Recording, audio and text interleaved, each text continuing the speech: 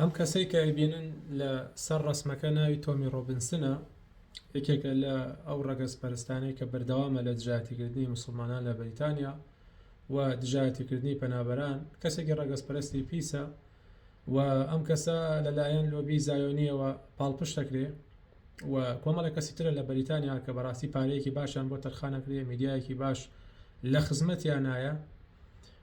ئێستا تاوان ساڵی پێشوو هێرشی کردە سەر مزگەوتەکان ئەوە بوو لە هەموو شوێنەکان لوتیان شکێنرا، بە تایبەتی لە ستۆ کۆنترێن بینیتان چۆن لوتیان شکێنرا، کۆمەڵێ مناڵ و مەزم و نەخۆش و ئەوانە کۆ بووبنەوە بە حساب هێرشەکەنە سەر مزگەوتەکان، بەڵام بە فەزلی ئەڵڵا تەعالا لوتیان شکێنرا، ڕسوا بوون و زۆرێکیشان لێ گیرا. ئێستا هەڵەکتنە سەر ئوتێلەکان، هەڵەکتنە و شوێنانەی کە پەنابەری لێیە، دژایەتی موسڵمانانەکەن، قسە بە ئیسلام ئەڵێن، مەسەلەی ئیسلامۆفۆبیا، ترس لە ئیسلام لەناو ئەم ڕەگەزپەرستانە ئێستا بە شێوەیەکی بەرچاو بڵاوکرێتەوە. کێشەکە ئەزانی لە چیایە؟ لەوایە کە ئەمانە ئێستا ئەڵێن ئێمە ئەبێ مناڵەکانمان بپارێزین لە پەنابەرە، واتە پەنابەران دەستدرێژی سێکسیەکەنە سەر مناڵەکانیان، یا زیاتر هەدەفیان موسڵمانانە. بەڵام شتێکی زۆر کۆمیدیە ئەم ڕسمەی کە ئەیبینن، ئەمە 109 نەفەر 110 نەفرە تقریبا لەناو ئەم بزوتنەوەی تۆمی ڕۆبینسنیان هەر 110 نەفەرەکەیان مناڵ باز بوون، ئیتر بە ناڕاستەوخۆ یا بەڕاستەوخۆ. 22 نەفەریان تۆمی ڕۆبینسن هەر ناسیونی، 9 دانەیان 9 لەو مناڵ بازانە هەر ڕەفیقی گیانی بەگیانی، ئەها ڕەفیقی زۆر نزیکی تۆمی ڕۆبینسن بوون.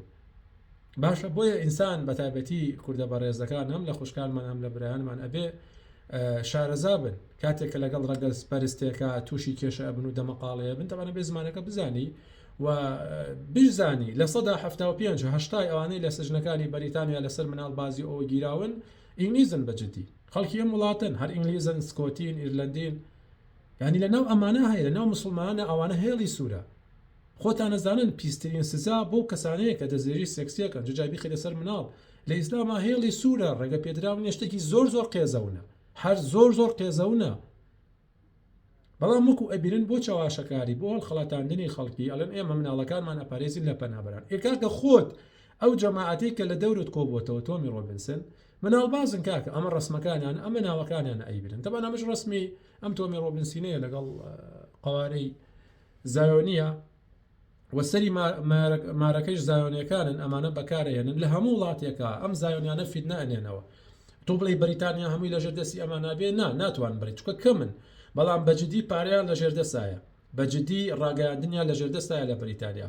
هەندێ بەشیان کۆنتترۆل کردووە و بەردەوام ئەم شەڕەشەیە حتا لە ئەمریکاش لە هەموو وڵاتێک ئەم زایۆنیانە ئەوەنەی بتوانن فیتنە ئەنێنەوە. بەڵام ئینەکەیدە شەیطانی کانە ضعیفە، بەڕاستی پلانی شەیطان زعیفە، ناتوانن، چکە ئەگەر بیان توانایە لە بەریتانیا کۆنتترۆل ئەو هێزیان هەبووە ئێستا موسڵمانیان نەهێشت، نەیان ئەهێشت یەک موسڵمان لە بەریتانیا بمێنێ.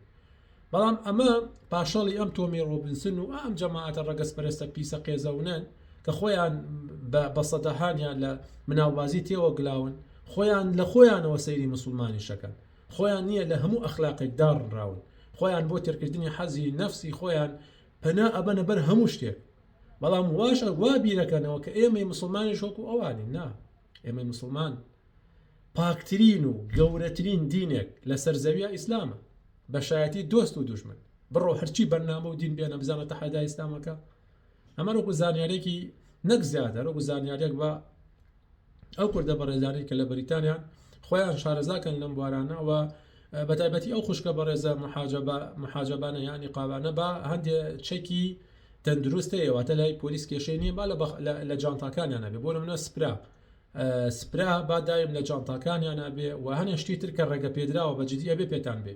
و ئەو برایانش با فێری بۆکسێن من کاکە، هەر هەفتەیە 2 هەفتە فێرە بی بۆکسێن، ینی خۆڕێژ قرس نییە، چکە بەجددی تووشە بی بڵێ تونەڵی تووشی ئەم ڕەگەزپەرستانەیە بی جارم ناجار ناگرێتەوە لەگەڵ کچەکەتا لەگەڵ خێزان تا تووشی 3-4 ڕەگەزپەرست بیت و ئەوان بە ئارەزوی خۆیان گاڵتە بکەن بە خێزان و تۆش سەریانکەی، یا بۆگزێکت لێدەن تۆش سەریانکە، یا نەزانین چۆن بۆگزەکەی لێدەیتەوە. بەڕاستی هونەری بەرگریکردن لە خۆ ئەبێ فێر بن، ئەبێ هەموو کەسێک فێر بێ لێرە. ئەتر من بەریتانیا چی لێکەی شتەکە ڕەگەزپەرست بەو شێوازەی زۆر نین، بەڵام بڵێ تونەڵی هەن، ئەبێ تۆ دائم حسابی خۆشت بکەیت. سلام علیکم و ڕەحمەتوڵڵاه.